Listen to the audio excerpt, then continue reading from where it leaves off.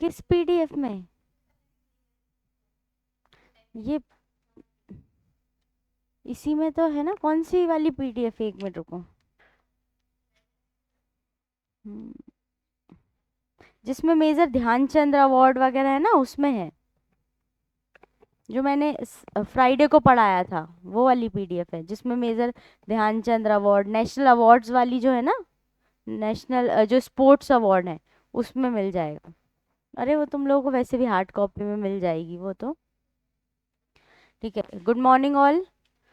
तो आज हम इंडियन गवर्नमेंट जो है उनके जितने भी टारगेट्स जो हैं, ठीक है, तो उनको देखेंगे कि गवर्नमेंट ने अलग अलग कुछ टारगेट फिक्स किए हुए हैं कि उनको किस ईयर तक सरकार को जो है फुलफिल करना है। तो सबसे पहले अगर बात करें तो 2025 के लिए सरकार ने कौन कौन से लक्ष्य जो है वो निर्धारित किए थे। तो पहला है पशुओं में फुट एंड माउथ रोग समाप्त करना। ठीक है, जो एनिमल्स होते हैं उनमें आपने डिसीज सुनी होगी, फुट एंड माउथ डिसीज जो होती है, ठीक, तो उसको समाप्त करने के लिए, इरेडिकेट करने का लक्ष्य कब तक का रखा था सरकार ने? 2025 तक का लक्ष्य रखा था। फिर और क्या क्या लक्ष्य है? तो सभी गांवों में ऑप्टिकल फाइबर बिछाना। ठीक है, सभी गांवों में किसको बिछाना? Optical fibre. क्या होता है ऑप्टिकल फाइबर? ऑप्टिकल फाइबर क्या है? लाइट से जुड़ा हुआ है। ठीक है, क्या है लाइट से जुड़ा हुआ? जैसे एक हम नॉर्मल वायर यूज करते हैं, ठीक है, और ऑप्टिकल फाइबर में क्या डिफरेंस है? बताओ ना। एक नॉर्मल वायर आपने देखा होगा, ठीक है, नॉर्मल वायर कैसा होता है ये बताओ। उसमें अंदर क्या होगा? कई सारी अंदर वायरिंग रहती है, और उसी की मदद से जो है, जो भी आपको ट्रांसफर करना है, नेटवर्क वगैरह जो कनेक्ट करने हैं, वहीं से ट्रांसफर होते हैं इलेक्ट्रॉनिकली। जबकि ऑप्टिकल फाइबर में लाइट की मदद से वहां पे ट्रेवलिंग होती है, टोटल इंटरनल रिफ्लेक्शन। ठीक है, TIR कौन सा प्रिंसिपल यूज होता है इसमें? TIR, total internal reflection. ठीक है, तो लाइट जो है रिफ्लेक्शन की मदद से अंदर जो है वहां पे ट्रेवल करती है, और आपका जो भी जिस भी चीज़ के लिए आप यूज़ कर रहे हो, नेटवर्किंग के लिए बेसिकली, वो TIR लाइटिंग की मदद से वो इजिली ट्रांसफ़र किया जा सकता है। तो क्या लिखा है? सभी गांवों में ऑप्टिकल फाइबर बिछाने का लक्ष्य कब तक का था सरकार का? 2025 का।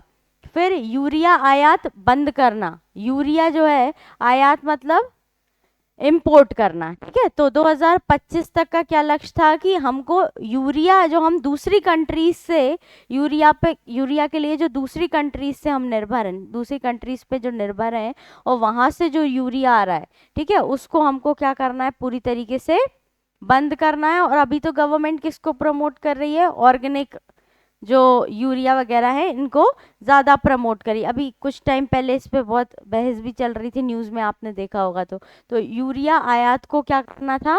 बंद करने का लक्ष्य सरकार का कब तक का था? 2025। नेक्स्ट है भारत को टीबी मुक्त बनाना। भारत को टीबी मुक्त बनाना, ट्यूबरक्लोसिस। ठीक है, डिजिटल टीबी नहीं, कौन सी? सोशल डिसीज की बात कर रहे हैं, टीबी। तो ट्यूबरक्लोसिस क्या है? ट्यूबरक्लोसिस कम्युनिकेबल डिसीज है, संक्रामक रोग है। किससे होता है? बैक्टीरिया से। कौन सा बैक्टीरिया? Mycobacterium tuberculosis. और इसके लिए ट्रीटमेंट क्या है? डॉट्स। ठीक है, तो डॉट्स जो है ट्रीटमेंट दिया जाता है। तो टीबी से मुक्त करना है भारत को, टीबी को इरेडिकेट करना है इंडिया से 2025 तक। मुझे याद नहीं, देख लेना तुम एक बार वो, और उसको ऐड कर लेना। पेट्रोल में 20% एथेनॉल मिश्रण करना। तो पेट्रोल जो है उसमें 20% तक किसको मिक्स करने का लक्ष्य रखा गया था? एथेनॉल। ये जब हमारी G20 समिट हुई थी भारत में 2023 में, उसमें भी इसको, उसमें ही इस पे बात चली थी। ठीक है, तो पेट्रोल में किसको मिक्स करके यूज करना है? एथेनॉल को मिक्स करना है। ठीक है, तो वो और भी ज़्यादा क्या फ्लेमेबल भी हो सकता है, और दूसरा हमारी जो डिपेंडेंसी है 100% फॉसिल फ्यूल पे, वो भी थोड़ी बहुत कम हो सकती है। तो पेट्रोल में 20% इथेनॉल का मिश्रण करना 2025 का लक्ष्य है। तो पशुओं को फुट एंड माउथ डिसीज से मुक्त करना, फिर उसके बाद सभी गांव में ऑप्टिकल फाइबर, यूरिया के इंपोर्ट को बंद करना, भारत का जो टीवी रेडिकेशन प्रोग्राम है, ठीक है, उसका लक्ष्य जो है उसको पूरा करना, और पेट्रोल में 20% इथेनॉल मिश्रण करना।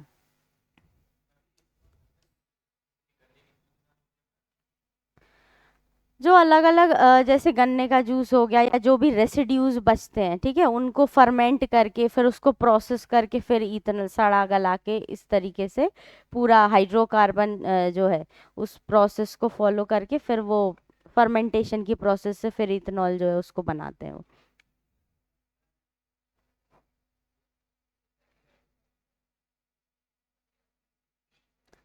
पढ़ने तो दो आगे।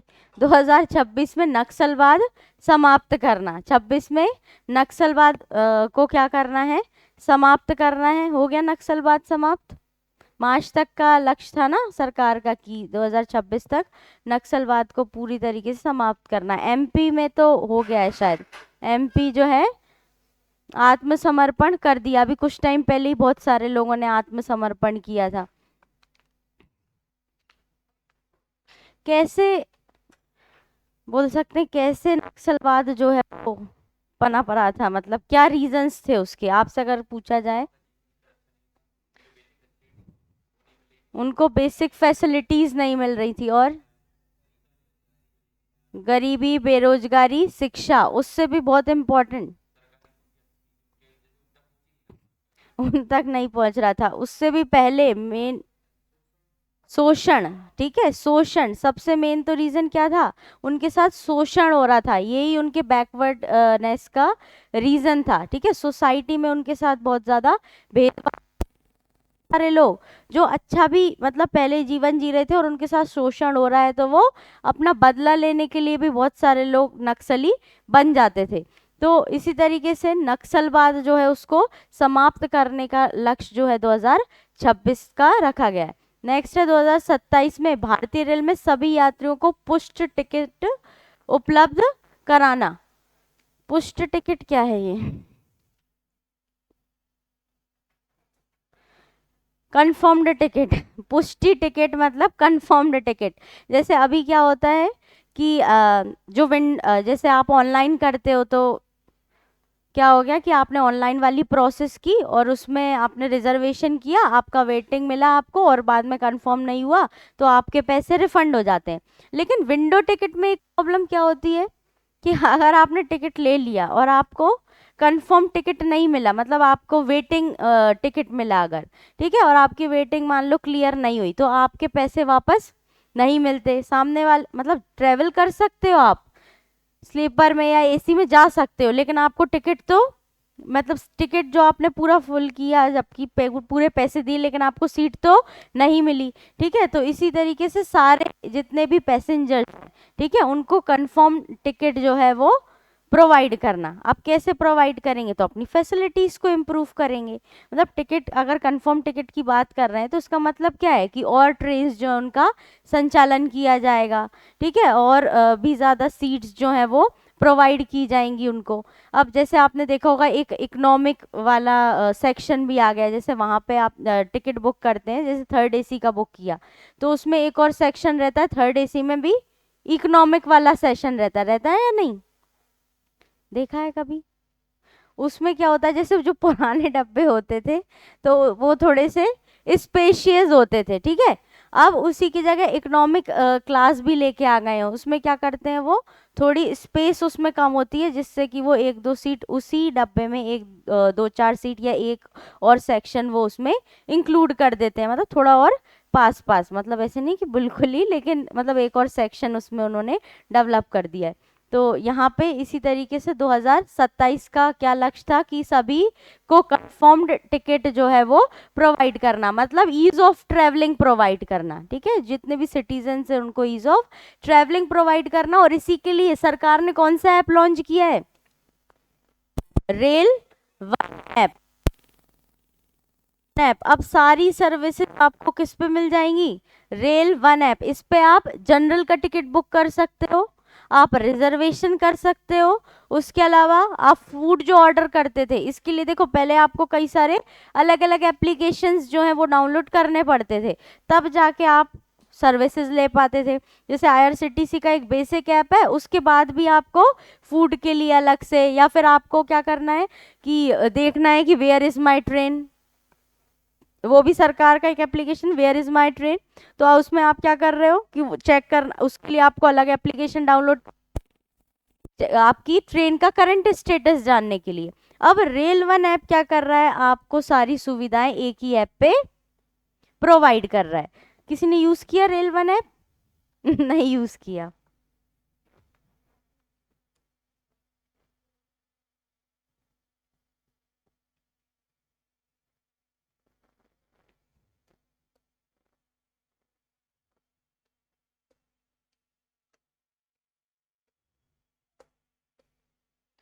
नेक्स्ट है 2028 में, तो $1 ट्रिलियन की डिजिटल अर्थव्यवस्था बनाना। तो जो हमारी डिजिटल अर्थव्यवस्था इकोनॉमी है, कितनी डेवलप करनी है हमको? $1 ट्रिलियन। कब तक का लक्ष्य है?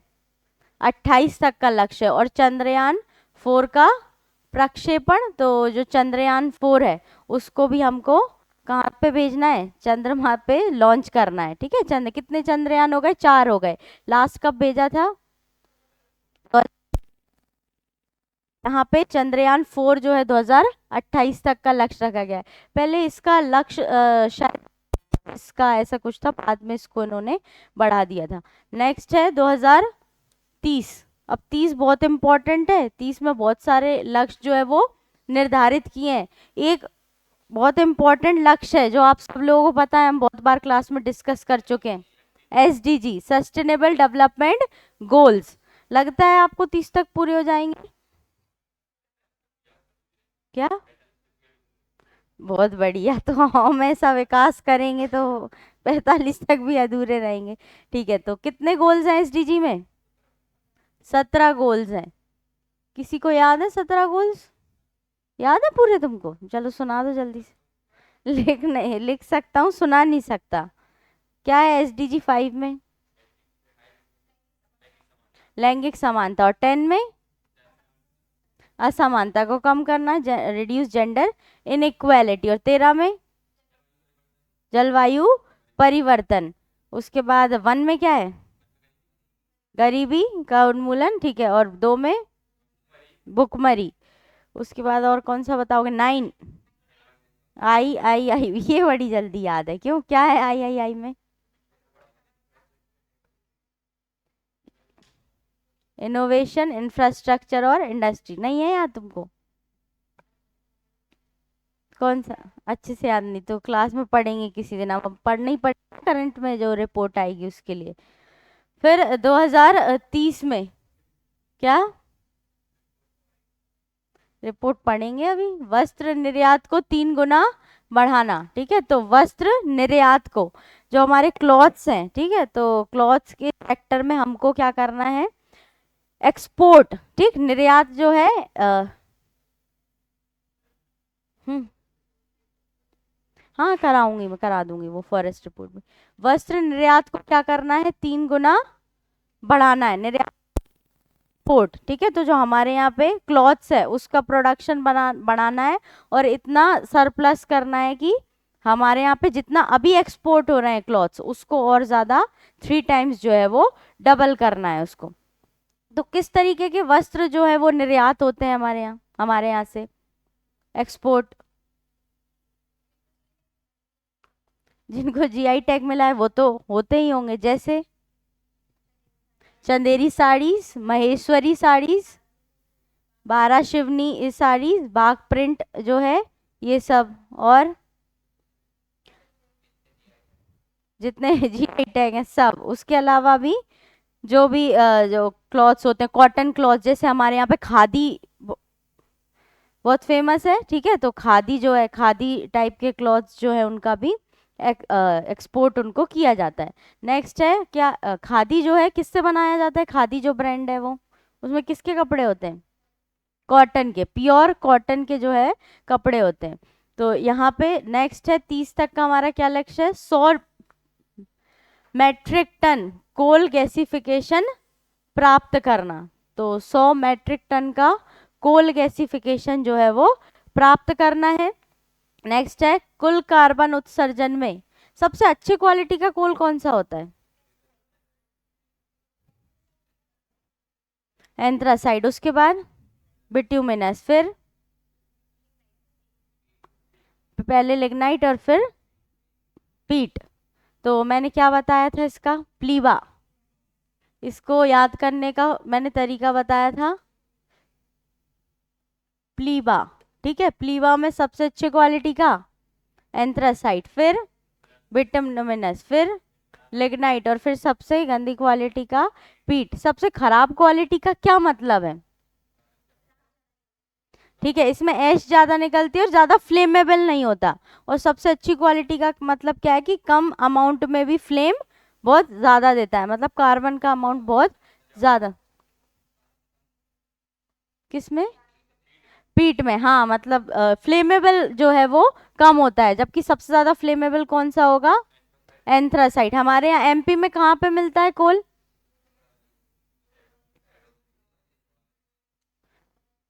उमरिया और बैतूल में, पाता खेड़ा वगैरह, ये सभी दो साइट में हम डिवाइड करते हैं। कौन कौन सी? एक सतपुड़ा और एक मध्य भारत। ठीक है, तो सतपुड़ा और मध्य भारत हमने दो पार्ट्स में उसको डिवाइड किया है। और हम एनर्जी कैपिटल किसको बोलते हैं? सिंगरौली को बोलते हैं। और coal bed methane Sohagpur Shahdol में। ठीक है, और सबसे बड़ी साइट कौन सी है कोल की एमपी में? सुहागपुर है।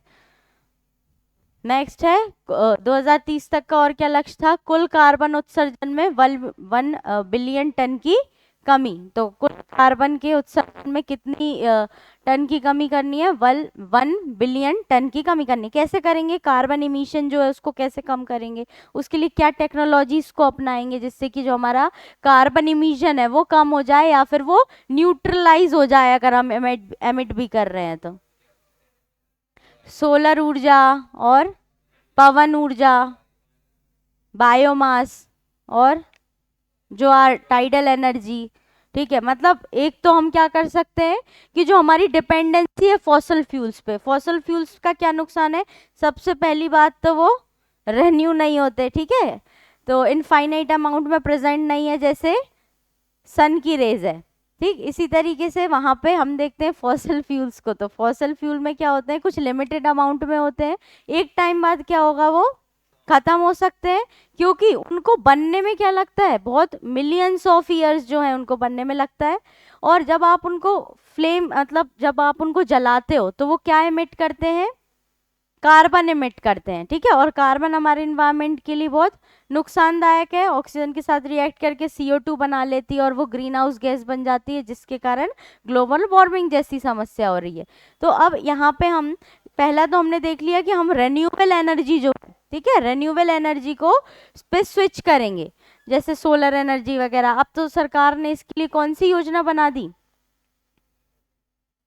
हाँ, लोन दे रही, किस लिए? हर सब्सिडी मिलेगी। सोलर हर घर बिजली योजना, याद है ना, हमने पढ़ी थी। रूफटॉप पे आपको क्या सोलर पैनल्स लगाने के लिए सरकार आपको सब्सिडी प्रोवाइड कर रही है कि आप लगाओ आराम से, और जो है जो डिपेंडेंसी है जो कन्वेंशनल सोर्सेज ऑफ एनर्जी पे, उसको कम कर दो। फिर उसके अलावा और क्या इनिशिएटिव हो सकते हैं? देखो, पूरी तरीके से तो हम बंद नहीं कर सकते फॉसिल फ्यूल जो है उसको यूज करना, तो इलेक्ट्रॉनिक व्हीकल्स लेके आ रहे हैं हम। ठीक है, जिससे हम पेट्रोल डीजल जो है उस पर कम कर सके डिपेंडेंसी। और क्या रीजन हो सकते हैं? देखो, वो तो हमने कम कर दी, लेकिन वहां भी तो हम इलेक्ट्रिसिटी बना ही रहे हैं ना कहीं से, तब उसको यूज कर पा रहे हैं। ठीक है, इलेक्ट्रिक व्हीकल्स ले आए। और कारपूल, ठीक है, कारपूल जैसे दिल्ली में स्टार्ट किया गया था कारपूल। क्या है कारपूल? हाँ, वेरी गुड। जैसे मान लो आप चार लोग एक लोकेशन से आते हो SSN, ठीक है, चारों के पास अलग अलग गाड़ियां हैं, आना एक ही लोकेशन से, अलग अलग गाड़ी से आ रहे हो, पेट्रोल भी वेस्ट हो रहा है आपका, उससे क्या हो रहा है? धुआं इन्वायरमेंट में जा रहा है। ठीक है, स्मोक, तो उससे क्या हो रहा है? इन्वायरमेंट पोल्यूशन हो रहा है। अब आप 4 लोग क्या करो, कार पूलिंग, मतलब आप 4 लोगों को पता है कि 4 गाड़ी, मतलब 4 गाड़ी की जगह आपने डिसाइड कर लिया कि हम एक गाड़ी से जाते हैं और हमारा उसमें पेट्रोल भी बचेगा और उससे जो कार्बन इमिशन हो रहा है वो भी कम होगा, क्योंकि आना तो आपको एक ही डेस्टिनेशन पे, तो क्यों ना आप चारों एक कार से जाओ। फिर वो जो इवन ऑड वाला चलाया था दिल्ली गवर्नमेंट ने, ठीक है, तो उसमें जैसे इवन नंबर की गाड़ियां एक दिन ऑड नंबर की गाड़ियां, उससे भी और इम्पोर्टेंट एफॉरेस्टेशन, एफॉरेस्टेशन जंगल लगाना, ठीक है। एफॉरेस्टेशन से क्या होगा, जो पेड़ पौधे होते हैं कार्बन को, ऑक्सीजन का उत्सर्जन करेंगे, ठीक है, कार्बन सिंक में मदद मिलेगी। कार्बन सिंक याद है या नहीं कुछ, कार्बन क्या होता है, कार्बन सिंकिंग क्या होता है, कार्बन सिंकिंग,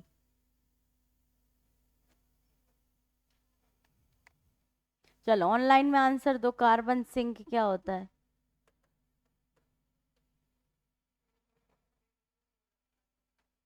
हाँ कैसे, जैसे मान लो कोई इंडस्ट्री है, ठीक, इंडस्ट्रीज आपको पता है सबसे ज्यादा कार्बन का इमिशन कौन करता है, इंडस्ट्रीज करती हैं।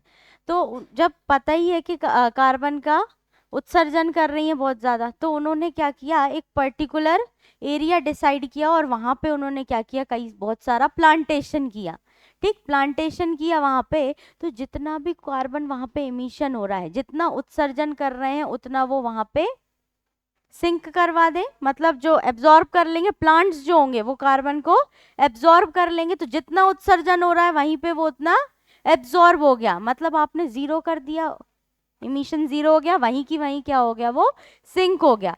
एक और था carbon capture, carbon capture and storage, CCS, carbon capture and storage.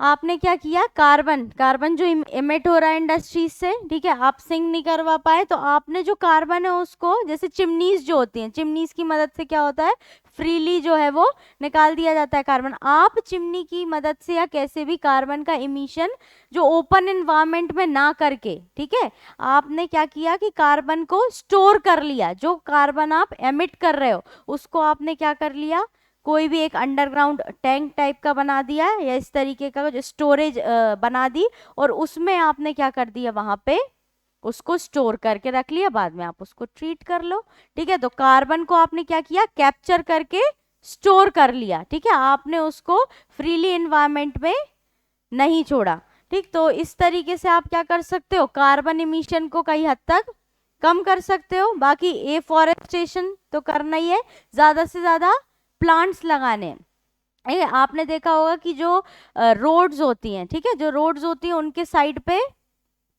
कई सारे प्लांट लगा दिए जाते हैं, तो क्या फायदा होता है उससे, क्या बोलते हैं उसको, ग्रीन मफलर, क्या बोलते हैं उसको, ग्रीन मफलर। तो ग्रीन मफलर का कॉन्सेप्ट यही है कि जो साउंड पॉल्यूशन होता है और जो भी पॉल्यूशन है उसको कम करने के लिए क्या कर दिया जाता है, जैसे रेलवेज जो हो गई या आपकी रोड ट्रांसपोर्टेशन जो हो गया, तो यहाँ पे आपको पता है साउंड, बहुत ज्यादा साउंड पॉल्यूशन होता है, तो ट्रीज क्या होती हैं, साउंड को एब्जॉर्ब कर लेती हैं, स्पेशली जो नीम जो होती है ना, नीम का पेड़ जो होता है वो क्या करता है, साउंड को एब्जॉर्ब कर लेता है। तो पेड़ वगैरह लगा दिए जाते हैं जिससे कि साउंड को वो एब्जॉर्ब कर ले, और जो भी कार्बन इमिशन भी हो रहा है उसको भी क्या कर लें, वो एब्जॉर्ब कर लें, तो उसी को हम क्या बोलते हैं, ग्रीन मफलरिंग।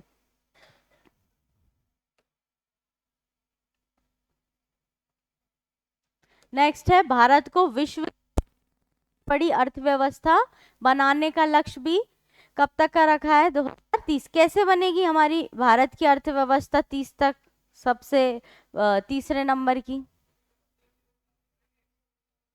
क्या करेंगे, एक्सपोर्ट ज्यादा करेंगे और इंपोर्ट कम करेंगे। तो ये कैसे होगा, एक्सपोर्ट ज्यादा और import come, make in India, ठीक है, मेड इन इंडिया, ठीक है, इसको स्टार्टअप इंडिया, मतलब जब हमारे यहाँ पे मैन्युफैक्चरिंग होने लगेगी, जब हम सेल्फ रिलायंट बन जाएंगे, जब हमारी निर्भरता दूसरी कंट्रीज पे से क्या हो जाएगी, कम हो जाएगी, कम हो जाएगी का मतलब क्या है कि जो चीजें हम बाहर से ले रहे हैं वो हमारे यहीं पे उसका उत्पादन होने लगे, तो हमको दूसरों से लेने की जरूरत ही नहीं पड़ेगी, और हम इतना सरप्लस प्रोडक्शन कर लें उसका कि हम एक मार्केट जो है डेवलप कर लें अपना। ठीक है, तो हम यहाँ से दूसरी कंट्रीज में हमारे जो प्रोडक्ट्स हैं या चीजें हैं उनको क्या कर सके, बेच सके। ठीक है, तो हमको उसके लिए और कौन कौन सी लक्ष्य, मतलब सरकार की और कौन कौन सी योजनाएं जो उसको प्रमोट करती हैं। एक जिला एक उत्पाद, वन डिस्ट्रिक्ट वन प्रोडक्ट, उससे भी क्या हो रहा है, प्रोडक्शन में वृद्धि होगी। क्या होता है वन डिस्ट्रिक्ट वन प्रोडक्ट?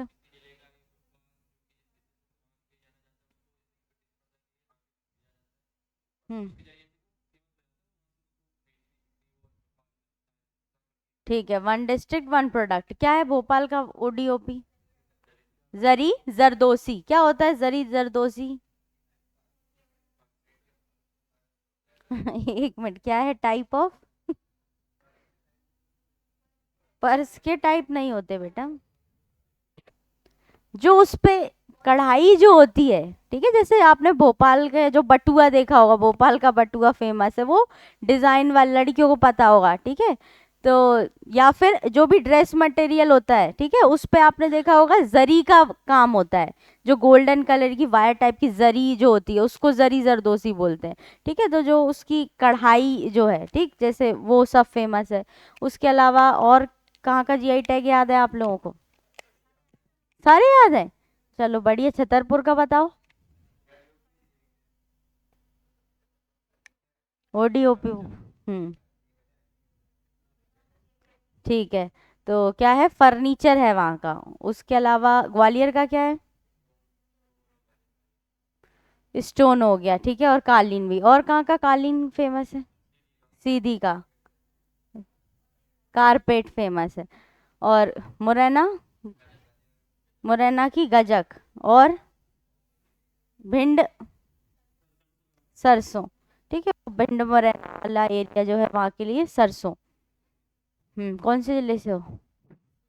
हाँ बताओ, नर्मदापुरम का ओडीओपी। अच्छा, पर्यटन टूरिज्म कौन से जिले से हो? भोपाल से, तो तुम्हारा तो हमने ही बता दिया है ना। राजगढ़, क्या है राजगढ़ का ओडीओपी? ऑरेंज। कौन से जिले से हो? रायसेन, क्या है रायसेन का ओडीओपी? बासमती राइस। डिंडोरी, डिंडोरी से हो ना? अरे तुम उमरिया से हो, अच्छा, क्या है ओडीओपी उमरिया का? महुआ। ठीक है, महुआ के फायदे बताओ। अरे वो तो एक है, वो एक है ही, उसके अलावा भी और क्या फायदे हैं? वो तो उसको सड़ाने के बाद उसको बनाया जाता है, उसको एज ए रॉ फॉर्म में भी मेडिसिन में यूज करते हैं। उसके अलावा एज अ स्वीटनर यूज किया जाता है उसको। इथेनॉल, हाँ, वो फिर फर्मेंट करके अब जब उसकी दारू बन रही है तो वो इथेनॉल वगैरह ये सब भी बनेगा ही। हाँ, और क्या फायदे हैं उसके?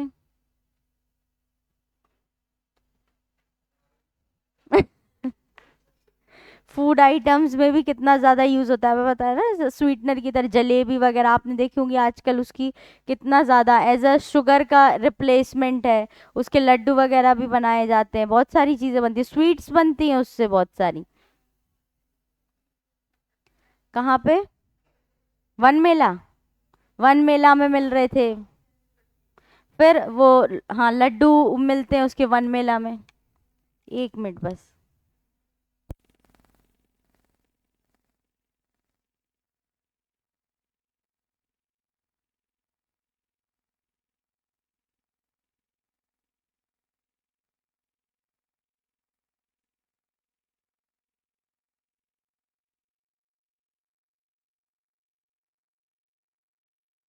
हाँ, कौन से जिले से हो हर्षित?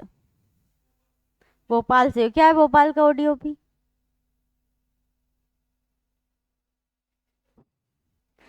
कौन से जिले से हो? तुम भी भोपाल से हो? हाँ, विदिशा में क्या है ओडीओपी? क्या है विदिशा का, जल्दी बताओ। कृषि यंत्र। ठीक है, जो कृषि से संबंधित जो भी यंत्र यूज होते हैं वो कर लेना है, अपन पढ़ेंगे उसको, टेंशन मत लो, सब पढ़ेंगे। ओडीओपी भी पढ़ेंगे सारे। लेकिन याद होना चाहिए। तो ये क्या है, मतलब तीसरी सबसे बड़ी अर्थव्यवस्था। अब देखो यहाँ से क्या हो रहा है, ये हमने चीजें तो पढ़ ली, मैन्युफैक्चरिंग हो गया, ये सब हो गया। इससे असल में जो हमारे लोग हैं उनको क्या मिल रहा है, रोजगार मिल रहा है। मिल रहा है या नहीं मिल रहा, बताओ जल्दी से। मिल रहा है सभी को, ठीक है। ठीक है, तो रोजगार मिल रहा है। तो रोजगार जो है उसके नए नए आइडियाज, जैसे इनोवेशन हो रहा है तो नए नए रोजगार जो है उसकी भी उत्पत्ति हो रही है, ठीक है, तो रोजगार मिल रहा है।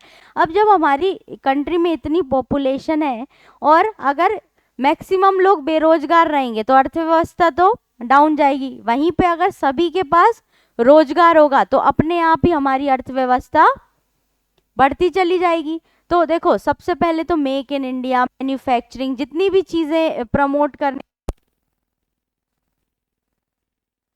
सके, रोजगार के साधन मिल सके, ठीक, रोजगार के साधन भी मिल जाएंगे, फिर सरप्लस प्रोडक्शन भी हो जाएगा। देखो लोगों की कमी नहीं, लेबर की हमारे यहाँ पे कोई कमी नहीं है, ठीक है।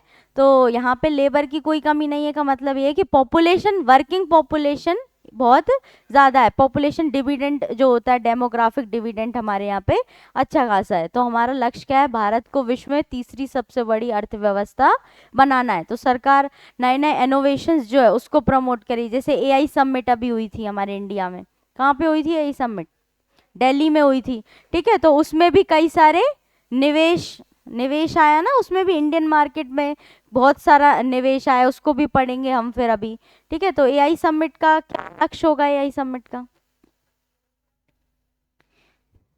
एआई की फील्ड में जो है, एआई को तो बढ़ावा देना ही है मतलब अब, तो इन्वेस्टमेंट, ठीक है, इन्वेस्टमेंट भी एक बहुत बड़ा रीजन है एआई की फील्ड में। नेक्स्ट है भारतीय रेल को नेट जीरो कार्बन उत्सर्जन बनाना है। जो हमारी इंडियन रेलवे है, ठीक है, उसको क्या बनाना है, नेट जीरो कार्बन उत्सर्जन। तो क्या मतलब रेलवे को नेट जीरो, कोल से 100% तक डिपेंडेंसी हटाना।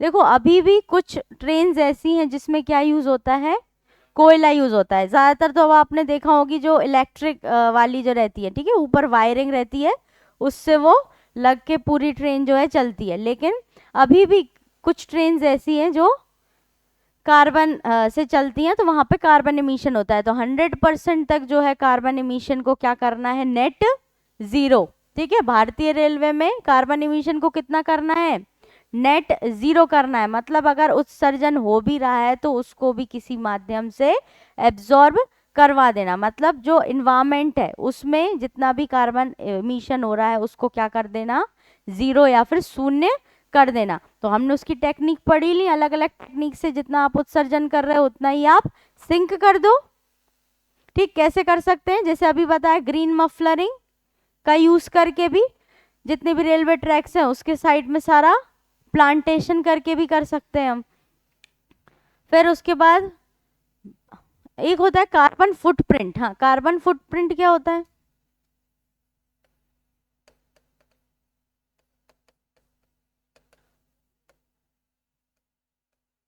हाँ, कार्बन फुटप्रिंट क्या है पहले तो ये बताओ।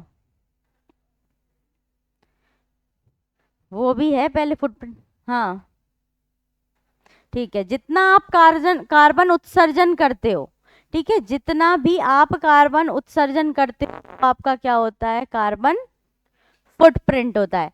दूसरा क्या बोल रहे थे तुम, कार्बन क्रेडिट, ठीक है। तो कार्बन क्रेडिट भी होता है, जैसे क्या कार्बन क्रेडिट में क्या होता है, जितना आप कार्बन इमिशन कर रहे हो, ठीक है, आपने क्या कर दिया, उतने इमिशन को आपने कम कर दिया। तो मतलब ऐसा कुछ रहता है, 1 टन पे रहता है तो एक कार्बन क्रेडिट मिलता है। उस कार्बन क्रेडिट को आप ट्रेड भी कर सकते हो। जैसे मान लो अभी आप कई सारा कार्बन का इमिशन कर रहे थे, ठीक है, अब आपने क्या किया, 1 टन कार्बन इमिशन को कम कर दिया, अब आपको एक कार्बन क्रेडिट मिल गया।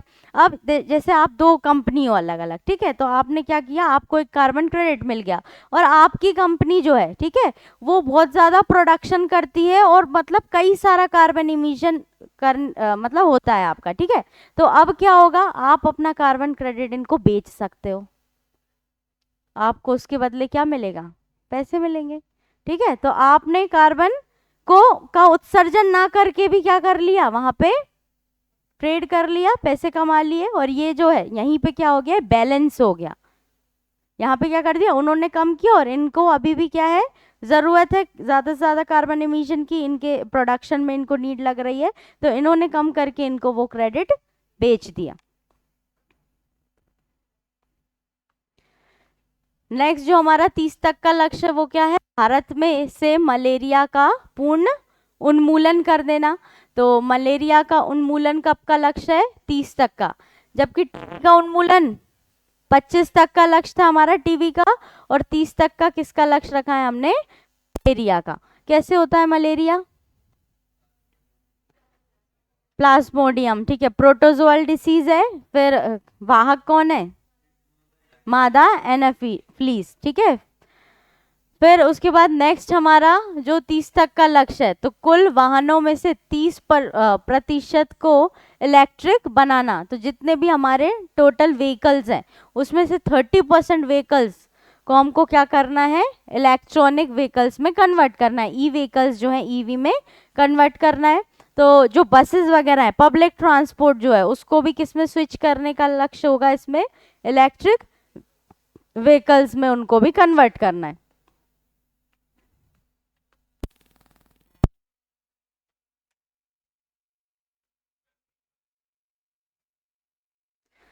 ग्रीन बसेस इसमें आ सकती हैं, क्या है ग्रीन बसेस,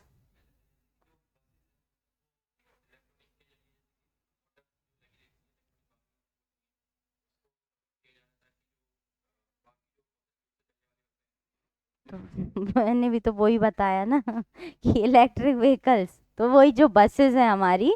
और इसके अलावा देखो, जैसे एक इंदौर का अभी मॉडल आया कि वेस्ट से आपको क्या बनाना है वहाँ पे, एनर्जी, वेस्ट टू एनर्जी उनका जो प्लांट आया, तो उसमें जो भी म्युनिसिपल जो भी वेस्ट निकल रहा है उससे वो एनर्जी जो है वो बनाएंगे और फिर उससे बसेस चलेंगी, ठीक है। इलेक्ट्रिक बसेस तो हैं ही, फिर जो वेस्ट है उससे वो एनर्जी जो है वो बनाएंगे और फिर उससे बसेस जो है, अब जितना भी उनका पब्लिक ट्रांसपोर्ट है सारा उसी के द्वारा संचालन किया जाएगा।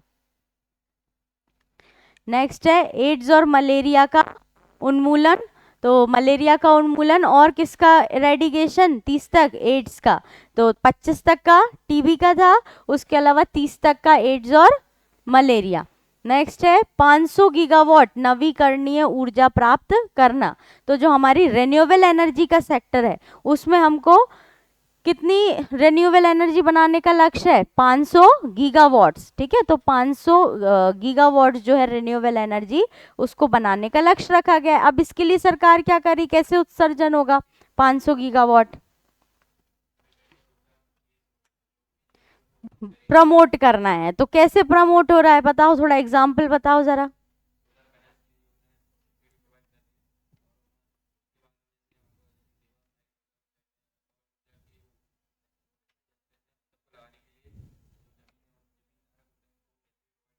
हम्म। हम्म, एग्जाम्पल बताओ।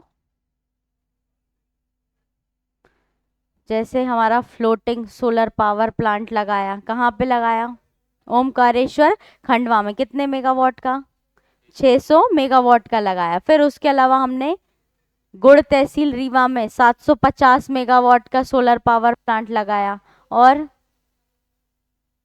हाँ, कहाँ पे, मुरैना में है, ठीक है, मुरैना में लगाया जाएगा सोलर पार्क जो है, उस पे पूरा प्लांट लगाया जाएगा। उसके अलावा सांची को सोलर सिटी बना दिया, ठीक है, सांची को सोलर सिटी बनाया, इसका मतलब क्या है, जितना भी सांची में इलेक्ट्रिसिटी की नीड है सारी किससे फुलफिल की जाती है, सोलर एनर्जी से। उसमें कहीं पे भी चाहे गवर्नमेंट ऑफिसेज हो या घर हो, हर जगह पे किससे बिजली प्राप्त होती है उनको, सोलर एनर्जी से, ठीक है। तो सांची जो है हमारी सोलर सिटी बन गई है एमपी में, ठीक है। उसके अलावा सौर ऊर्जा जो पार्क है, ठीक है, कहाँ पे है, राजगढ़ में, ठीक है, राजगढ़ वाले बैठे हैं, ठीक है, देखा है तुमने, हाँ ये तो देखा है ठीक है। सौर ऊर्जा पार्क जो है उसको डेवलप करना। उसके अलावा और कहाँ पे लगाए जा रहे हैं सोलर एनर्जी के प्लांट एमपी में, नीमच, शाजापुर, आगर मालवा में भी लगाया जा रहा है, ठीक है, एक प्लांट लग रहा है। जैसे बाकी जो है 500 या 550 मेगावाट का, फिर उसके बाद शाजापुर में 450 मेगावाट का, ऐसे पूरा 3 यूनिट जो है वहाँ पे लगाई जाएंगी। फिर एक छतरपुर में भी प्रस्तावित है सोलर प्लांट लगना, ठीक, एक मुरैना में भी है। तो इस तरीके से सरकार क्या कर रही है, अपनी धीरे धीरे कैपेसिटी जो है रिन्यूएबल एनर्जी की बढ़ा रही है। ये तो हमने किसकी बात की, सिर्फ और सिर्फ सोलर एनर्जी की बात की। इसके अलावा और विंड एनर्जी, तो विंड एनर्जी में जामगोदरानी देवास, और कहाँ पे है, रतलाम में है, मामटखेड़ा रतलाम में, ठीक है। तो वहां पे भी जो कैपेसिटी है धीरे धीरे उसको और ज्यादा इंक्रीज करना। देखो हमारे यहाँ पे विंड एनर्जी का पोटेंशियल बहुत ज़्यादा नहीं है, लेकिन जैसे तमिलनाडु, गुजरात जो एरियाज हैं, विंड एनर्जी कैसे प्रोड्यूस होगी, जहाँ पे पीजीएफ या विंड जो है वो ज़्यादा होगी, स्पीड के साथ होगी, तब जो फ्रिक्वेंटली जो टर्बाइंस हैं वो कंटिन्यूसली मूव कर सकें, और जितना ज़्यादा टर्बाइन मूव करेगी उतनी ज़्यादा इलेक्ट्रिसिटी प्रोड्यूस होगी। तो हमारे यहाँ पे बहुत ज़्यादा पोटेंशियल इसका अभी नहीं है, ठीक। उसके अलावा और कौन सी एनर्जी होगी, बायोमास एनर्जी। तो बायोमास एनर्जी में क्या किया जाता है,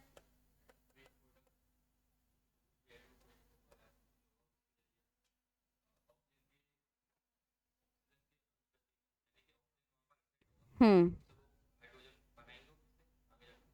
देखो इसमें क्या होता है, जैसे आपके घर के जो भी वेस्ट होंगे, ठीक है, किचन वेस्ट ऑर्गेनिक वेस्ट हो गए, फिर उसके बाद काऊ डंग, एग्रीकल्चर जो रेसिड्यूज बच जाते हैं, ठीक है, जैसे जिसको पराली के फॉर्म में जला दिया जाता है, जो रेसिड्यूज बचते हैं, घास फूस जो भी होता है, ठीक है, सभी को एक एनक्लोज्ड टैंक में, ठीक, सभी को एक एनक्लोज्ड टैंक में ऑक्सीजन के एब्सेंट में, ठीक है, रखा जाता है उसको, और उसको सड़ाया जाता है, और फिर उसके बाद क्या होता है, वहाँ पे गैस प्रोड्यूस होने लगती है, और उसी को फिर हम एज ए एनर्जी यूज करते हैं। फिर उसके बाद जो रेसिड्यू बचता है उसमें, उसको हम यूरिया की तरह यूज कर सकते हैं, ठीक है। तो दो काम हो गए इससे, तो बायोमास एनर्जी, ठीक। उसके अलावा हाइड्रोजन एनर्जी, एक हाइड्रोजन, क्या वो हाइड्रोजन ही बोला था ना, ठीक है, हाइड्रोजन।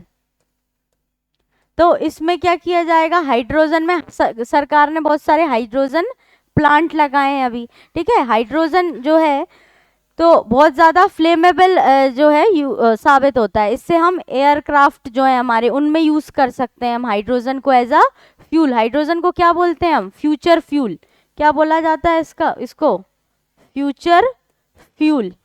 और कैसे इलेक्ट्रिसिटी जनरेट कर सकते हैं, जियो थर्मल एनर्जी। तो क्या होता है जियो थर्मल एनर्जी, भूतापीय ऊर्जा, हिंदी में मैंने बता दिया, भूतापीय ऊर्जा। क्या होता है जियो थर्मल एनर्जी,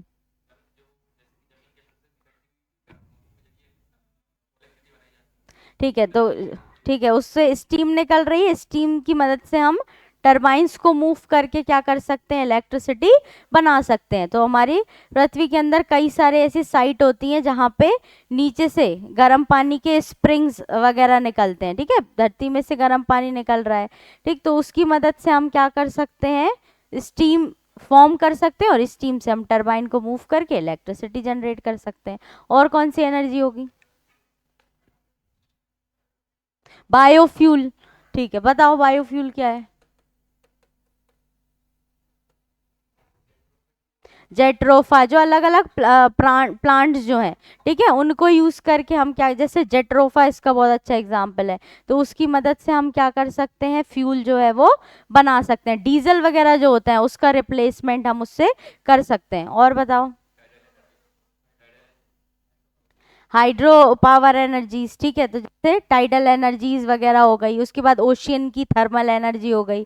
तो टाइडल एनर्जी में क्या किया जाता है, टाइड्स जो है अंदर जो है समुद्र के अंदर टरबाइंस लगा दी जाती हैं, जैसे जैसे लहरें चलती हैं तो वो टरबाइन क्या करती है, मूव करती है, और उससे इलेक्ट्रिसिटी बन जाती है। फिर एक होती है ओशियन थर्मल एनर्जी, क्या है ओशियन थर्मल एनर्जी, टेम्परेचर, ठीक है। तो जो ओशियन में जो अंदर टेम्परेचर है, ठीक है, टेम्परेचर के कारण जो अप व्हीलिंग डाउन व्हीलिंग होता है उसकी मदद से फिर हम इलेक्ट्रिसिटी प्रोड्यूस कर सकते हैं। तो कई सारी बहुत सारी चीज़ें हैं जिनकी मदद से हम क्या कर सकते हैं, इलेक्ट्रिसिटी को प्रोड्यूस कर सकते हैं, लेकिन अभी तक हमारे पास प्रॉपर इंफ्रास्ट्रक्चर नहीं है, ठीक है। इसलिए हम किस पे डिपेंडेंट हैं, अभी भी फॉसल फ्यूल्स पे डिपेंडेंट है। इन चीज़ों के इंस्टॉलेशन, इनिशियल इंस्टॉलेशन बहुत ज़्यादा थोड़ा कॉस्टली होता है, ठीक है। इसलिए अभी तक प्रॉपर तरीके से इंफ्रास्ट्रक्चर डेवलप नहीं हो पाया, इसलिए अभी भी हमारी डिपेंडेंसी फॉसल फ्यूल्स पे ज़्यादा है। इतने सारे ऑप्शंस होने के बाद भी अभी तक हम अपनी जो रिन्यूएबल एनर्जी है, ठीक है, वो प्रॉपर अभी भी जनरेट नहीं कर पा रहे हैं, ठीक है। तो इसके लिए सरकार ने लक्ष्य रखा है, मतलब कई सारे प्लांट्स जो है वो डेवलप किए जाएंगे अलग अलग रिन्यूएबल एनर्जी के, और फिर लोगों को भी प्रमोट किया जा रहा है कि आप अपने घर में क्या लगाओ, सोलर पैनल्स लगाओ, ठीक है। आप अपनी ज़रूरतें भी पूरी करो, और सोलर ग्रिड जैसी टेक्नोलॉजी भी है कि आप प्रोड्यूस तो कर ही रहे हो, आप अपनी अपनी ज़रूरतों को पूरा कर रहे हो, सोलर एनर्जी जो सरप्लस बचती है उसको आप बेच भी सकते हो। तो 5 कितने गीगावाट की रिन्यूएबल एनर्जी को प्राप्त करना है हमको, 500 गीगावाट। नेक्स्ट है 2030 तक का और क्या लक्ष्य, 280 गीगावाट की सौर ऊर्जा प्राप्त करना। देखो ओवरऑल रिन्यूएबल एनर्जी है हमारी 500 गीगावाट, और सिर्फ अगर सोलर एनर्जी की बात करें तो उससे हमको कितना प्राप्त करना है, 80 गीगावाट की जो एनर्जी है वो सिर्फ और सिर्फ हमको सोलर से प्राप्त करना है, और बाकी बची हुई अदर जितनी भी रिन्यूएबल एनर्जीज है उनसे हमको प्राप्त करना है यहाँ पे। तो 30 तक के हमारे लक्ष्य हो गए। देखो एसडीजी तो आपको पता ही है कि गोल्स के जितने भी हमारे 17 लक्ष्य थे उन सबको भी हमको प्राप्त कर लेना है। तो 30 में वस्त्र निर्यात, ठीक, जो क्लॉथ्स जो है उनके एक्सपोर्ट को कि क्या करना है, 3 गुना तक और ज़्यादा बढ़ाना है, और 100 मेट्रिक टन कोल गैसिफिकेशन जो है उसको प्राप्त करना है। कार्बन उत्सर्जन को क्या करना है, कितनी कमी, 1 बिलियन टन की कमी। भारत को देखो अपने आप ही कमी हो जाएगी, जब रिन्यूएबल एनर्जी पे हमारी डिपेंडेंसी बढ़ जाएगी तो अपने आप ही हमारा कार्बन इमिशन भी कई हद तक बहुत ज़्यादा कम हो जाएगा। फिर उसके बाद भारत को विश्व में तीसरी सबसे बड़ी अर्थव्यवस्था बनाना है, तो भारत जो है 3rd मेजर इकोनॉमीज में से होना चाहिए पूरे वर्ल्ड में। भारतीय रेल को नेट जीरो कार्बन उत्सर्जन, फिर उसके बाद भारत से मलेरिया और एड्स दोनों का क्या करना है, इरेडिगेशन करना है, उन्मूलन करना है, और वाहनों को कितने प्रतिशत वाहनों को इलेक्ट्रिक करना है, 30%। 30 में 30%, 30 में कितने वाहनों को, 30% वाहनों को इलेक्ट्रिक बनाना है, और उसके अलावा 500 गीगावाट ओवरऑल रिन्यूएबल और 280 गीगावाट सौर ऊर्जा जो है उसका उत्पादन करना है। देखो अब यहाँ पे 30% वाहनों को इलेक्ट्रिक बनाना है, मतलब हमारे इंडिया में अब कौन सा सेक्टर और ज़्यादा तेज़ी से इंक्रीज हो रहा है, बूस्ट कर रहा है, व्हीकल सेक्टर, ऑटोमोबाइल सेक्टर जो है हमारा वो और ज़्यादा, क्योंकि पहले जहाँ पे नॉर्मल जो पेट्रोल से चलने वाली गाड़ियाँ थी, अब नया डेवलपमेंट क्या आ गया, अब इलेक्ट्रिक व्हीकल्स जो हैं उसकी आपने देखा होगा कई सारी नई नई कंपनीज आ गई हैं जिनके अपन ने कभी नाम भी नहीं सुने होंगे पहले, ठीक है। कई सारी कंपनीज आ रही हैं और वो क्या कर रही हैं, अपनी इलेक्ट्रिक व्हीकल्स जो है वो बना रही हैं, 2 व्हीलर्स 4 व्हीलर्स, फिर उसके अलावा जो बड़ी बड़ी बसेस होंगी, क्योंकि अब पब्लिक ट्रांसपोर्ट में भी क्या लेके आना पड़ेगा, इलेक्ट्रिक व्हीकल्स।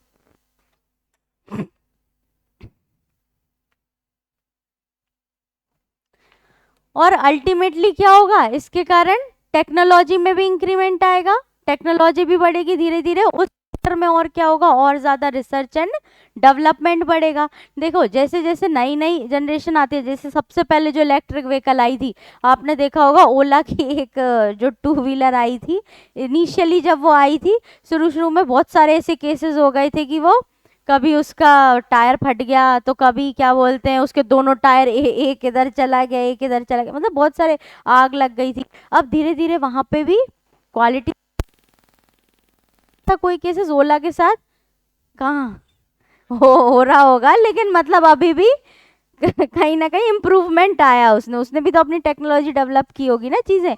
फिर उसके अलावा ओला तो चलो अपन ने सुना इसलिए पता, और कई सारी ऐसी मतलब कंपनीज आ गई हैं जिन्होंने अपनी इलेक्ट्रिक व्हीकल्स जो है वो निकाल दी है अभी, जैसे एक आई क्यूब की आती है, ठीक, अलग अलग कई सारी इलेक्ट्रिक व्हीकल्स भी आने लगी है।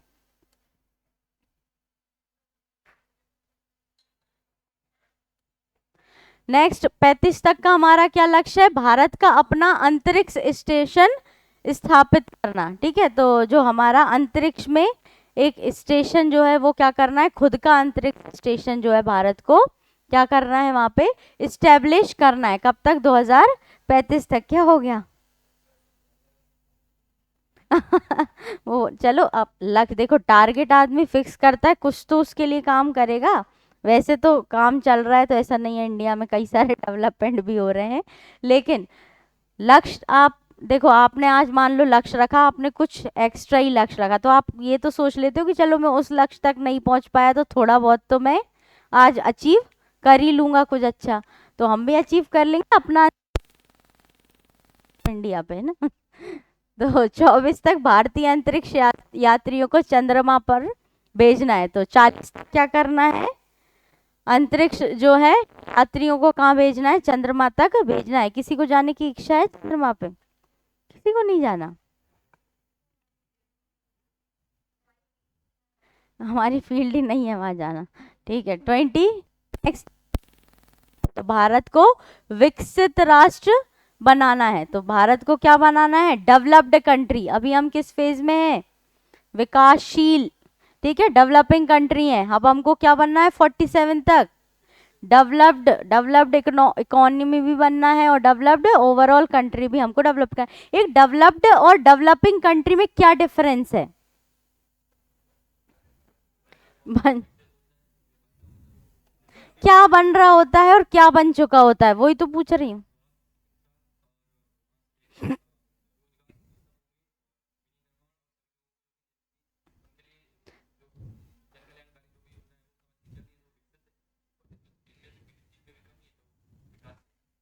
ठीक है, अंशुमन जवाब देंगे, बताओ अंशुमन, बहुत सारा क्या डिफरेंस है, क्या डिफ हाँ हाँ, हम्म, हम्म, हाँ, और ऐसे बहुत सारे डिफरेंस है।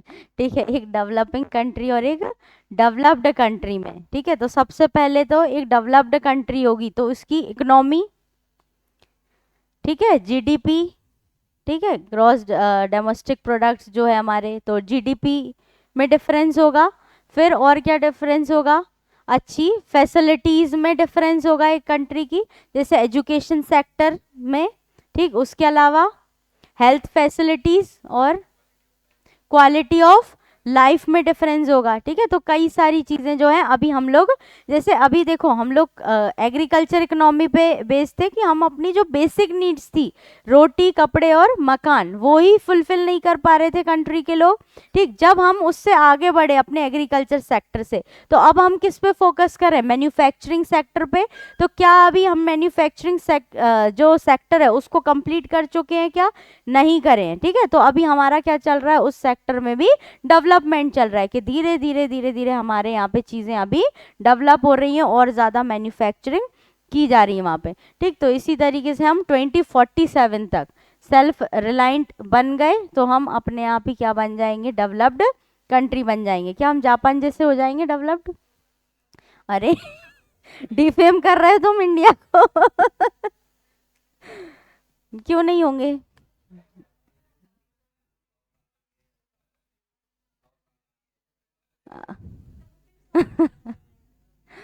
ठीक है, तो देखो ऐसा नहीं होता, कभी कभी एक आदमी एक पीक पे, बोलते हैं ना, किसी का जब पीक आ जाता है तो फिर उसका डाउनफॉल होता है। तो अभी हम पीक पे पहुंच रहे हैं, हो सकता है हम सोच रहे हैं कि हम तीसरी सबसे बड़ी अर्थव्यवस्था बने, हम पहली ही बन जाए, लेकिन उसको बनाने का काम किसका है, सिटीजन्स का। नेक्स्ट, हाइड्रोफ्लोरोकार्बन उपयोग में 80% की कमी। 47 तक हाइड्रोफ्लोरोकार्बन HFC, ठीक है, HFC जो है उसके उपयोग में कितने प्रतिशत की कमी करनी है, 80% की कमी करनी है। क्या नुकसान है HFC से, ओजोन लेयर को डिप्लेक्ट कर रही है। ठीक है, क्या कर रही है, ओजोन लेयर को का डिप्लीशन कर रही है, इसलिए। और ओजोन लेयर का डिप्लीशन हो रहा है तो उससे क्या नुकसान है, सनरेज जो है, सबसे पहले तो सनलाइट जो है वो डायरेक्ट रेज जो है वो धरती तक आ रही है, तो उससे हमारे स्किन पे बहुत ज़्यादा असर पड़ रहा है। डिसीज जो है वो, कई सारी डिसीजेस जो है वो बढ़ रही हैं उससे। तो हाइड्रोफ्लोरोकार्बन उपयोग में कितने प्रतिशत की कमी करनी है? 80% की कमी करनी है। कहाँ यूज होती है HFC?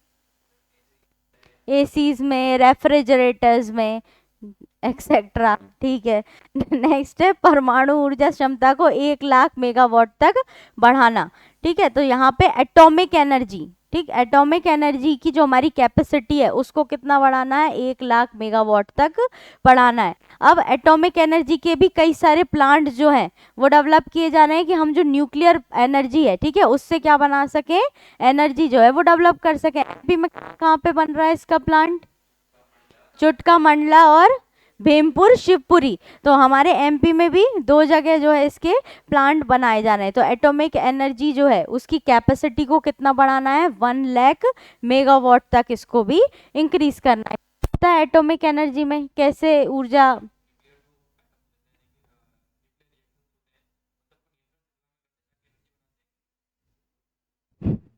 तो जो एटम्स या न्यूक्लियर एनर्जी जो है, ठीक है, तो जैसे रेडियो एक्टिव एलिमेंट्स का यूज किया जाता है, किसका यूज करते हैं हम इसमें?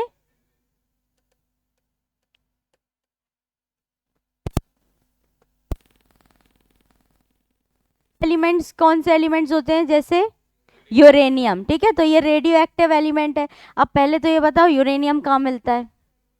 शेडोल में तो बहुत कम, इंडिया में कहाँ मिलता है?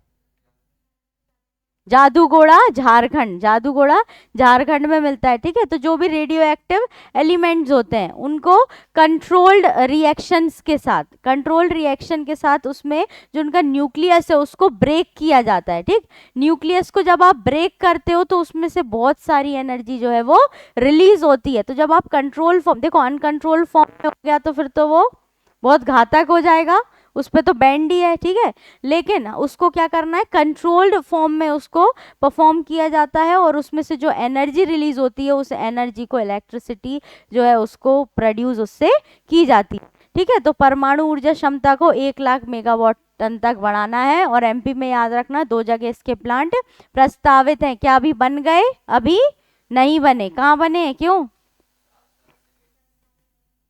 कहाँ पे बताए? 2 जगह मैंने न्यूक्लियर पावर प्लांट भी। क्या है बताओ जल्दी? भीमपुर शिवपुरी, और पहला कौन सा था? चुटका मंडला।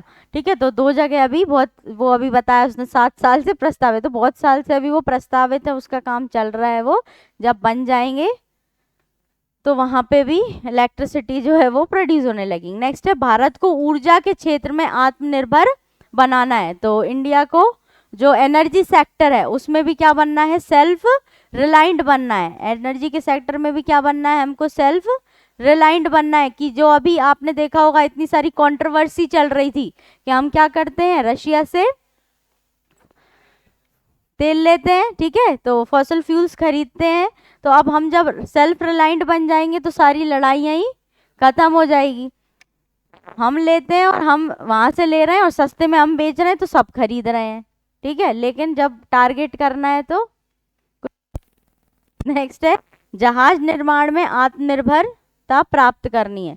तो जहाज वगैरह जो है उसके भी निर्माण में हमको क्या करना है? सेल्फ रिलायंट बनना है। मतलब इंडिजीनियसली तरीके से हमको, हमारे यहाँ पे भी जहाज वगैरह जो है उसका प्रोडक्शन करना है। तो ये हमारे होगा 2047 के लक्ष्य। तो कौन कौन से लक्ष्य है? सबसे पहले तो विकसित राष्ट्र, डेवलप्ड कंट्री, उसके अलावा HFC को 80% तक कम करना, परमाणु ऊर्जा कितना कैपेसिटी? 1 लाख मेगावाट। फिर उसके बाद भारत को ऊर्जा के क्षेत्र में भी सेल्फ रिलायंट बनना है और जहाज निर्माण जो है उसके क्षेत्र में भी।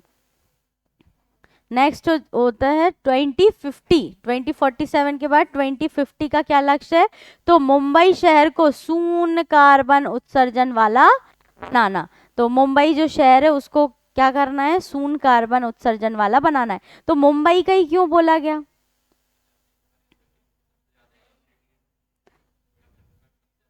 सबसे ज्यादा डेवलपमेंट यही है, बहुत सारी इंडस्ट्रीज, मैन्युफैक्चरिंग सेक्टर्स जो है सबसे ज्यादा कहाँ पे डेवलप्ड है? मुंबई में डेवलप्ड है, तो वहां पे भी क्या करना है, शून्य कार्बन उत्सर्जन को बढ़ावा देना है। मतलब शून्य कार्बन उत्सर्जन से क्या फायदे होंगे वहां पे, क्लीन और ग्रीन सिटी सबसे पहला तो, हाँ, प्रदूषण कम होगा। अभी जैसे कोई मुंबई गया हो कभी, तो हमेशा वहां पे बहुत ज्यादा ऐसे ठंड नहीं दिखेगी कभी भी आपको, ठीक है, बहुत ज्यादा ह्यूमिडिटी तो खैर उसके कारण रहती है वहां पे, जो समुद्र है, लेकिन ओशन के कारण, लेकिन वहां पे उसका रीजन क्या है, गर्मी है ना, वार्मिंग उसका रीजन है, इसलिए ह्यूमिडिटी वहां पे बढ़ रही है। और उसका सबसे बड़ा रीजन क्या है, कार्बन पॉल्यूशन होना, ठीक है। तो वहां पे शहर को शून्य कार्बन उत्सर्जन वाला बनाना है। नेक्स्ट है 2070 तक तो भारत को शून्य कार्बन उत्सर्जन वाला, देखो मुंबई को 50 में बनाना है और पूरे भारत को हमको शून्य कार्बन उत्सर्जन वाला कब तक बनाना है, 2070 तक बना, नेट जीरो प्राप्त करना है, प्राप्त करना है नेट जीरो। नेट जीरो का मतलब क्या है कि वही जितना कार्बन अगर आप प्रोड्यूस भी कर रहे हो तो उतना ही आपको क्या कर देना है, पूरा 100% तक सिंक कर देना है, जिससे कि नेट जीरो एमिशन हो सकेगी। जितना भी कार्बन आपसे एमिशन भी किया तो उसको आप पूरा क्या कर दो, ट्रीट कर दो उसको। तो ये हो गए हमारे इम्पोर्टेंट जितने भी लक्ष्य सरकार के थे अलग अलग। तो 25 तक का हमारा क्या लक्ष्य था, जो सबसे ज्यादा इम्पोर्टेंट है, यूरिया के आयात को बंद करना, ऑप्टिकल फाइबर, और उसके अलावा एथेनॉल और टीबी। फिर उसके बाद 26 तक नक्सलवाद को खत्म करना। 27 में कंफर्म टिकट जो है, कंफर्म टिकट की बात कर रहे हैं, मतलब हमारी रेल कैपेसिटीज जो है उसको इंक्रीज करना है हमको, कब तक, 2027 तक। फिर उसके बाद 28 में $1 ट्रिलियन की डिजिटल अर्थव्यवस्था बनाना और चंद्रयान को लॉन्च करना 4 को। 30 में वस्त्र निर्यात को 3 गुना बढ़ाना है, जो हमारे एक्सपोर्ट है, ठीक है, टेक्सटाइल सेक्टर में। फिर उसके बाद 100 मेट्रिक टन कोल गैसिफिकेशन, कुल कार्बन उत्सर्जन को कितना कम करना है, 1 बिलियन टन। भारत को विश्व की तीसरी सबसे बड़ी अर्थव्यवस्था बनाना है। रेल को जो है नेट जीरो कार्बन जो है उसका उत्सर्जन में कमी करना है। मलेरिया और एड्स का जो है पूर्ण उन्मूलन करना है। 30% क्या, 30 में इलेक्ट्रिक व्हीकल्स जो है वो वाहन जो है वो डेवलप करना है, और 500 गीगावाट की ओवरऑल रिन्यूएबल एनर्जी की कैपेसिटी, और जबकि सोलर की 280 गीगावाट्स। फिर 35 में हमने बात की अंतरिक्ष स्टेशन, भारत का खुद का अंतरिक्ष स्टेशन जो है वो बनाना है। फिर 40 में यात्रियों को, देखो पहले स्टेशन बना दिया तो फिर यात्रियों को आराम से हम वहां पे भेज सकते हैं, कहाँ पे, चंद्रमा तक। फिर उसके बाद 2047 में भारत को डेवलप्ड ही करना है, आपको विकसित राज्य HCF को 80% तक कम करना है, उसके यूज में परमाणु ऊर्जा जो है, ठीक है, उसमें 1 लाख मेगावाट तक बढ़ाना है उसको। और कहाँ पे हमने देखे MP में कहाँ पे बन रहा है परमाणु ऊर्जा के पावर प्लांट, चुटका मंडला और भीमपुर शिवपुरी, अभी भी यहाँ पे ये दोनों प्रस्तावित हैं। फिर भारत को ऊर्जा के क्षेत्र में आत्मनिर्भर, एनर्जी सेक्टर में हमको सेल्फ रिलायंट बनना है, और जहाज निर्माण वगैरह जो है इसमें भी हमको क्या बनना है, सेल्फ रिलायंट बनना है, आत्मनिर्भर बनना है। नेक्स्ट हमने देखा 50 तक, तो मुंबई शहर को क्या लक्ष्य रखा गया, नेट जीरो शून्य कार्बन उत्सर्जन जो है उसका लक्ष्य रखा गया, और 70 में शून्य कार्बन उत्सर्जन और नेट जीरो का लक्ष्य रखा गया है भारत का। तो ये जो लक्ष्य है, शायद नेट जीरो वाला जो है वो शायद नेट जीरो या, हाँ, नेट जीरो वाला ही पूछा था प्रीवियस ईयर में, आपको क्वेश्चन दिखेगा, प्रीलिम्स में ही पूछा था, नेट जीरो का लक्ष्य भारत ने कब तक का रखा गया है। तो ये टारगेट्स भी इम्पोर्टेंट है, कब से, डिसीज वाले बहुत इंपॉर्टेंट है। डिसीज का क्या टारगेट, जैसे टीबी का 25 का था, और उसके बाद एड्स और मलेरिया का 30 तक का लक्ष्य रखा गया है। तो ये याद रखना, कुछ इंपॉर्टेंट वाले याद रखना उसमें। चंद्रयान 3 हमने देख लिया था क्या, लास्ट क्लास में देखा था क्या, अच्छा तुमने नहीं लिया तो एक बार आना, वैसे मैंने नहीं पढ़ाया उसको। चंद्रयान 3 देखो लॉन्च हुआ था, इसकी लॉन्च डेट क्या है, 14 जुलाई 2023। कहाँ से लॉन्च किया गया था इसको, SDSC Satish Dhawan space centre, जो कहाँ पे है, श्रीहरिकोटा में है, ठीक। तो श्रीहरिकोटा कहाँ पे है, आंध्र प्रदेश में। यहाँ से क्या किया गया था, इसको लॉन्च किया गया था। देखो डेवलप किसने किया, इसरो ने, लेकिन वहीं से उनके स्टेशन से लॉन्च होगा क्या? नहीं, यहाँ पे लॉन्च करने के लिए अलग से स्टेशंस बनाए गए हैं। तो सतीश धवन स्पेस सेंटर से इसको लॉन्च किया गया। लॉन्च व्हीकल कौन सा था? लॉन्चिंग व्हीकल मार्क 3 और मार्क 4 रॉकेट से इसको लॉन्च किया गया। तो M3 M4 से इसको लॉन्च किया गया। और इसकी लीडरशिप अभी कौन है चेयरमैन? एस सोमनाथ। अच्छा हाँ, अभी चेंज हो गए, नारायण हो गए। इसके पहले एस सोमनाथ थे। तो देखो, जो भी उसका चेयरमैन होता है उसकी अध्यक्षता में उसको लीड किया जाता है। Mission led by S Somanath, जो उस टाइम पे इसरो के चेयरमैन थे। फिर historic achievement, successful landing on south pole of moon. तो जो हमारा मून का साउथ पोल है वहां पे हमने सक्सेसफुल लैंडिंग की थी। ऐसी कंट्री थी जिन्होंने साउथ पोल पे लैंडिंग की थी। ठीक है, तो कब लैंड किया था हमने? 23 अगस्त 2023। अब इसके मॉड्यूल की बात करें तो ये तो ठीक है, लैंडर रोवर वगैरह ये सभी इसके नाम है। लैंडर क्या था वहां पे? विक्रम। और रोवर कौन था? प्रज्ञान। ठीक है, इसके पहले 2019 में चंद्रयान 2, जिसको GSLV मार्क 3 से लॉन्च किया गया था 19 में। और उस टाइम पे इसके चेयरमैन कौन थे? के शिवान थे। ठीक है, पार्शियली सक्सेसफुल था। देखो, हमने लैंडिंग तो की थी लेकिन सॉफ्ट लैंडिंग हम वहाँ पे नहीं कर पाए थे। और ये हमारे जो विक्रम और प्रज्ञान है, ठीक है, इन्होंने सही से प्रॉपरली वहाँ पे जो रिसर्च वगैरह है वो उससे नहीं हो पाई थी। इसलिए फिर हमने नेक्स्ट में चंद्रयान 3 में भी सेम उनके नाम रखे थे। ठीक है, रोवर वगैरह का। फिर चंद्रयान 1 कब आया था? 2008 में लॉन्च किया गया था। PSLV C11 रॉकेट से इसको लॉन्च किया गया था। और उस टाइम पे चेयरमैन कौन थे? जी माधवन नायर। तो first Indian mission to the moon confirmed presence of water molecule on lunar surface. तो वहाँ पे क्या हमने रिसर्च में क्या पाया गया था कि वहाँ पे पानी जो है वो मिल सकता है। तो प्रेजेंस ऑफ वाटर के कुछ मॉलिक्यूल, मतलब ऐसे प्योर फॉर्म में पानी नहीं मिला था लेकिन वाटर मॉलिक्यूल्स जो है वहाँ पे हमको मिले थे। तो ये हमारा चंद्रयान 1 जो था उसकी रिसर्च थी।